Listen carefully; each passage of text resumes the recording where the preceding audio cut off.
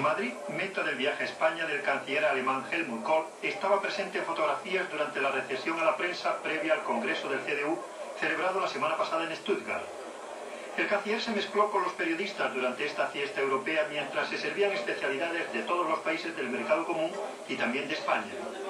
No faltó una extraña paella que habría que calificar de españolada. Esta recesión se repite congreso tras congreso, pero con la particularidad de que ahora el presidente del CDU, la democracia cristiana alemana, es también canciller federal. Acompañado de su esposa, que también viajará a España, Helmut Kohl estaba a sus anchas, sometido a entrevistas para la televisión regional de Stuttgart y colmado de parabienes por una tropa periodística que en lugar de la pluma esgrimía cuchillo y tenedor.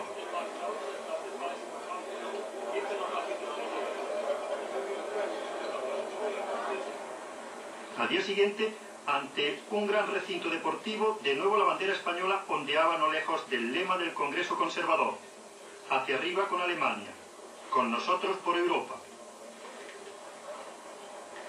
El canciller entra en este pabellón para competiciones deportivas con aire de triunfador. No se le separa a su esposa como mandan los cánones del marketing político americano. Pero sí se le rezaga el que fue su antecesor cristianodemócrata en el cargo, el ex canciller Kissinger. Kohl, con su nerviosismo habitual, le busca. El entonces canciller Kissinger estuvo en España durante la dictadura e hizo la obligada visita al Pardo. A sus recién cumplidos 80 años, Kissinger es ya una vieja gloria del partido. Helmut Kohl no tiene fama de buen orador. Habla con cierta monotonía sin apelar a la frase brillante o a la fugaz improvisación, como hacía su antecesor en el máximo cargo del Ejecutivo alemán, Helmut Schmidt, del Partido Socialdemócrata. Pero sus colaboradores cercanos dicen que la política son hechos más que palabras. Kohl, primer canciller de la República Federal que no hizo la guerra, abandonó el podio de oradores para rendir homenaje a la viuda del conde Stauffenberg, uno de los héroes de la resistencia alemana contra el nazismo. Murió fusilado tras el fallido complot para asesinar a Hitler en 1944. El canciller recibió muchos aplausos por su gesto. Helmut Kohl, que se considera como perteneciente a una nueva generación de alemanes sin el peso de la culpa, nació en 1930, es un político profesional, algo provinciano, tozudo como el más tozudo de los alemanes. Gracias a él, el CDU de la era Adenauer y Erhard ocupa de nuevo, desde hace 19 meses, la cumbre del poder político de la República Federal de Alemania.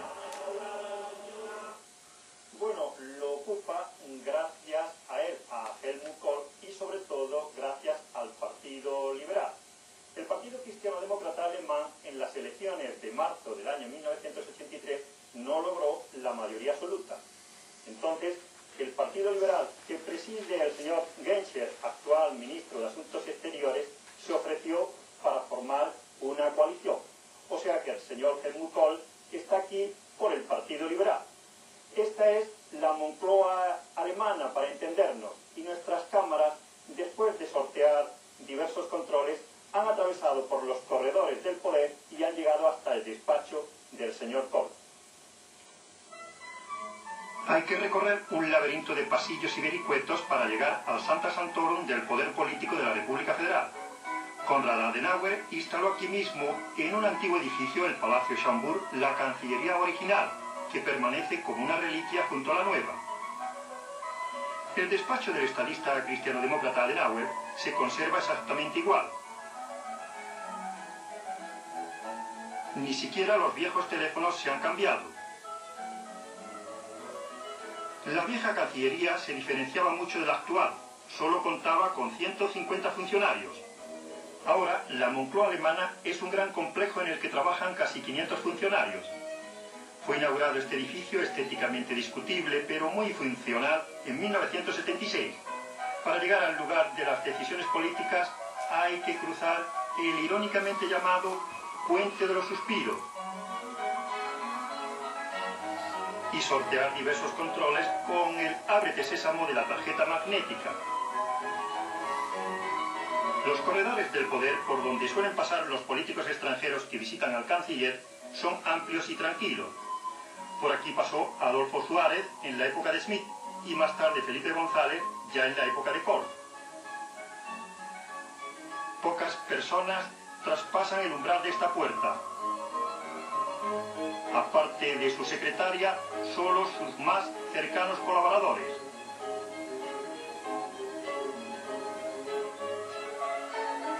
El despacho de Kohl es mucho más grande que el de Adenauer y tiene, como es lógico, su sello personal.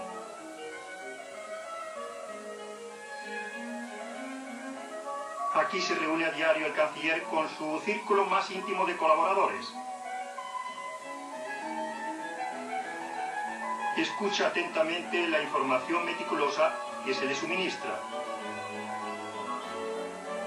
Pero Helmut Kohl, al contrario que Helmut Schmidt, no es muy partidario de estudiar y subrayar informes, prefiere la conversación directa.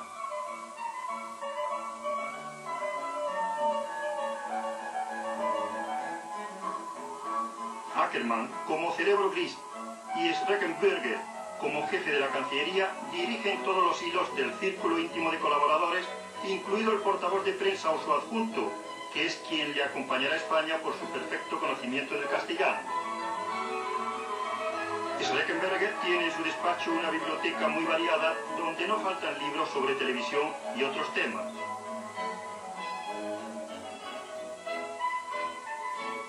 Pero su libro principal, de cabecera podríamos decir, es esta agenda. Aquí se anotan todas las decisiones que hay que tomar, incluida la visita del canciller a España, que se decidió en su día en devolución de la que hizo Felipe González hace un año a Bonn. Y ya que nuestras cámaras están en los corredores del poder, vamos a entrevistar al canciller Helmut Kohl. Señor canciller, ¿qué aconsejaría usted al hombre de la calle, a las nuevas generaciones de españoles democráticos, sorprendidos de que, ya sin dictadura, continúan los obstáculos para la integración española en la Europa democrática?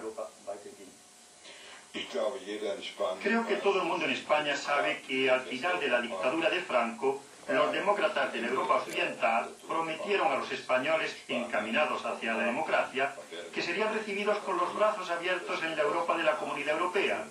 Yo lo hice y esto vale para mí, mi partido y el gobierno federal. Nada ha cambiado en esto.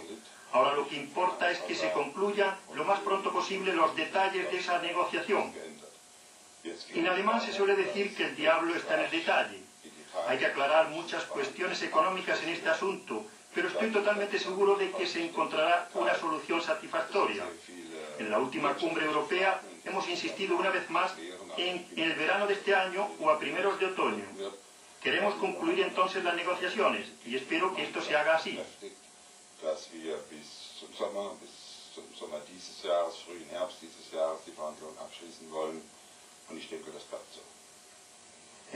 Muchos españoles que le ven ahora en televisión tienen familiares y amigos trabajando en la República Federal.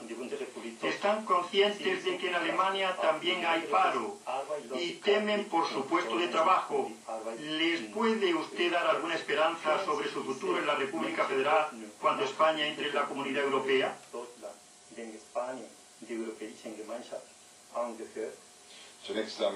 Por lo pronto hay que decir que tenemos problemas económicos en todos los países europeos, también en España.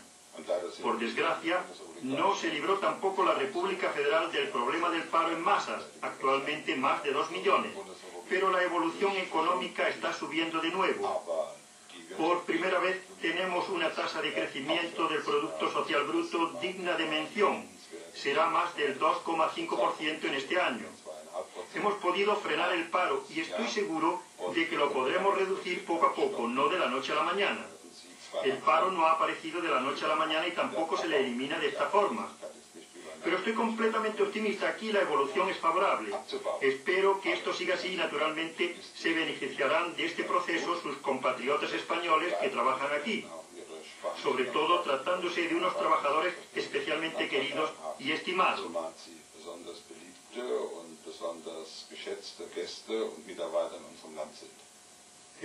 Muchas gracias, señor canciller, y muchas gracias también a los que nos permiten seguir nuestro recorrido. Hemos oído, por cierto, que el volumen de trabajo en la Cancillería es ahora menor que en la época del hanseático y terrible trabajador Helmut Schmidt. En todas estas estanterías no hay actas ni documentos archivados, son cartas de los ciudadanos alemanes. 170.000 se recibieron el año pasado en la Cancillería. Unas 70.000 fueron contestadas. Hay peticiones, quejas, sugerencias, de todo bajo el obligado, muy estimado canciller federal. Helmut Kohl celebra consejos de ministros todos los miércoles. Se dice de él que trata su gobierno de coalición cristiano-demócrata liberal con cierta campechanía. Kohl es el típico alemán bonachón. Corre una broma sobre él. Cualquiera le compraría un coche de segunda mano sin mirar siquiera el motor. No es capaz de engañar a nadie. Deja mucha libertad de acción a sus ministros, lo cual le puede proporcionar grandes sorpresas, como la que a principio de año le dio su ministro de Defensa, Manfred Wörner, aquí en imagen.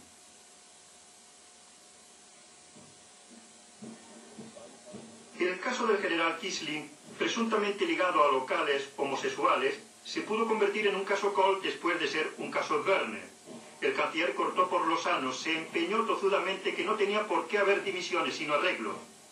Obligó a su ministro de Defensa a hacer las paces con el general, que fue rehabilitado con todos los honores. Una retreta militar puso punto final a un asunto que pasará a la historia de la República Federal como solución heterodoxa a un caso claro de responsabilidad política. Pero Helmut Kohl se salió con la suya, no permitió que su ministro dimitiese, pese al clamor de la prensa y a las críticas de la oposición. En realidad, la principal carga política de profundidad le explotó al canciller Kohl durante las protestas pacifistas contra el estacionamiento de cohetes americanos en suelo alemán. 300.000 personas se congregaron en Bonn para protestar contra el gobierno. Pero de nuevo la tozudez de Kohl, la voluntad política de cumplir sus promesas, la decisión de ir hacia adelante frente a viento y marea se impuso. La manifestación fue un gran espectáculo. Pero los mismos organizadores, sobre todo el grupo ecologista verde, reconocieron que políticamente fracasó. El gobierno de coalición de Helmut Kohl puso oídos sordos al gran clamor de Bonn, a la vez que imponía su tesis en el Parlamento por mayoría.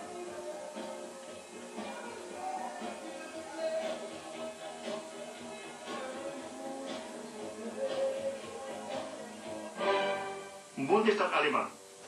Los verdes, al igual que hicieron cuando juró el primer gobierno de Kohl, abandonaron la sala de plenos para así no refrendar la decisión de estacionar cohetes Pershing II en Alemania. También el conde Lambsdorff, aquí le vemos durante su jura como ministro de Economía, ha proporcionado quebraderos de cabeza al canciller Kohl, a causa de un asunto de donaciones ilegales a partidos políticos, asunto que pretende resolver el Partido Cristiano-Demócrata con una amnistía para los delitos fiscales relacionados con esas donaciones. Pero al ministro Lambsdorff lo que le preocupa ahora es aumentar la tasa de crecimiento e impulsar el auge económico de la República Federal. La feria de Hannover fue este año el gran escaparate de todos los países del mundo, incluida España, presente en esta exposición industrial. Durante los últimos años la República Federal ha sido nuestro segundo cliente después de Francia, y al mismo tiempo nuestro segundo proveedor después de los Estados Unidos. Y aunque la balanza comercial es tradicionalmente favorable a Bonn, el año pasado se redujo el déficit al aumentar nuestras ventas a Alemania y disminuir nuestras compras de productos alemanes. También hay que tener en cuenta que los casi 5 millones de alemanes que nos visitaron el año pasado dejaron en divisas 170.000 millones de pesetas, y que las remesas enviadas por los trabajadores españoles alcanzaron la cifra aproximada de 2.400 millones de pesetas. Pero pese a las seguridades que dan las autoridades alemanas sobre el empleo de esta mano de obra española, el temor de nuestros trabajadores no se disipa. Aquí llevo 11 en esta fábrica y estuve otros 11 en la Renfe. ¿Y usted teme que el gobierno alemán lo mande para España con esto que se está diciendo tanto? Bueno, por lo que están diciendo, allá nos estarán a todos. Ahora bien, ¿a usted le gustaría trabajar en España o aquí en Alemania mejor? Bueno, automáticamente mejor en España al lado de la familia. Pero el problema es el puesto de trabajo. Los puestos de trabajo son también un problema en la República Federal y preocupan al gobierno de Helmut Kohl. Como nos acaba de decir en la entrevista, hay más de 2 millones de parados en Alemania. Otro problema iniciado estos días pasados es la serie de huelgas en reivindicación de la semana de 35 horas. A todo esto y a muchos más problemas se enfrenta a diario el canciller Helmut Kohl aquí en este despacho de la Cancillería Federal hasta bien entrada la noche.